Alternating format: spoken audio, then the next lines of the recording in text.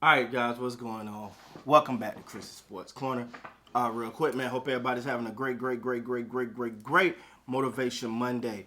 All right, man. So, want to jump in here real quick and talk about something because y'all know we've been reporting on this Lakers news and LeBron not been happy with the team and all this stuff. Well, and I said this, and I'm gonna go off on a tangent here because I don't know if people realize, as I know as content creators, we take the information as it comes out and we dissect it, we give our opinion on that. And what I like to do before I give my opinion or something I want to say, this is based off this present article, what present at the time. We as content creators now, and I don't know about anybody else, unless they got inside information. I don't have no inside information. I don't have a source. I don't have a group of researchers. It's just Chris. All right, it's just me.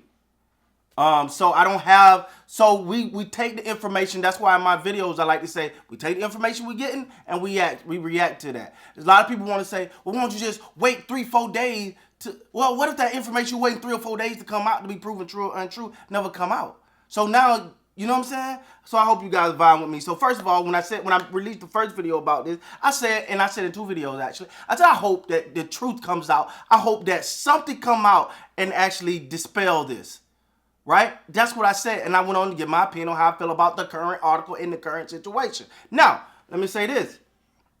The article, not an article, actually Stephen A. Smith came out and made this statement, but we're going to talk about it here. The Los Angeles Lakers were rumored to be discussing a Westbrook John Wall trade. We all know about that. Adding fire to the rumor that Rich Paul, LeBron James were reportedly unhappy with Lakers GM Rob Pelinka for not following through with the Westbrook Wall deal and allegedly pushing LA executive to make such a move. Paul fires back. Now, this is what Rich Paul told Stephen A. Smith. This is what Stephen A. Smith said. He said, Rich Paul called me yesterday and asked me to quote him about the story. Clutch Sports and essentially them wanting the Lakers to trade Russell Westbrook and first-round pick for Houston John Wall. He wanted me to state emphatically that there was absolutely, positively no truth to that whatsoever. He never did that. He did not do that. The people who wrote the story never contacted him to get any kind of perspective on that. It's an absolute lie. He said, could you please do me a favor? This is what he told Stephen A. Smith. Could you please do me a favor and quote me and tell the world that I specifically said that's a damn lie. There's no truth. It never happened. So, Chris Paul did not push for that. I'm sorry.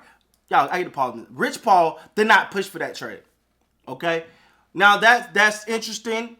Somebody looking foolish this morning with far as putting the story out. As you know, I reacted to the story. And that's, as content creators, like I said, that's all we can do. We can react to the information that's put in front of our face. And we go, what? And blah, blah, blah. We dissect it. We do the research that we can do at our level. We put it together. We put it out. All right, cool. Now, but you know what was interesting to me? He never denied that he got an issue with the Lakers, right? He never denied. He never said, I'm not unhappy with the Lakers or how they going. But he did want that part of the story that's coming out to let the world know he did not say that he did not push for that trade. And I understand his need to do that because he don't want slander and dirt thrown on his name and his company, which makes sense to me and which makes sense to any business. That's why the minute you see a business, or whether it's the smallest business or the largest business, whether it's a bottom of the barrel business or a Fortune 500 company, anytime there's some type of slander on their name, they're going to do whatever possible to get that slander out. They're going to come out and debunk it. They're going to make a statement. They're going to state the truth from their perspective. Now, but to me, okay, he didn't push for that trade. He didn't push for that. So do that. Now, so that made me go back. So are they happy with the way things are going? Well, they're not. No one's happy with the result. But to me, it made me sit and think: Are they happy with the way things are going in LA? Just accepting it, or are they still upset? Because but that don't change my stance. You can't be upset about the way something turned out when they gave your man LeBron James everything he wanted. That's why I stand on that. My opinion hasn't changed until someone comes and says, man, we're not unhappy. We're good. We understand the process. We're going through it. I respect that 100%. Right? So, Rich Paul coming out saying this only says to me that, he literally, it was parts of that story that, it's a lot came out this weekend, man. But when you listen to some of the things, even the interviews with LeBron threw little hints like, hey, there might be some issues going on here. He may not be happy about something. You know, you can read into these things, man. That's what people do. They take things, they read into them. Me, I try to take things from a face value. I take what is put in front of me, and then I react to that. I can't react to a possible maybe, what if, maybe, hope, so possibly one day, if, when, maybe.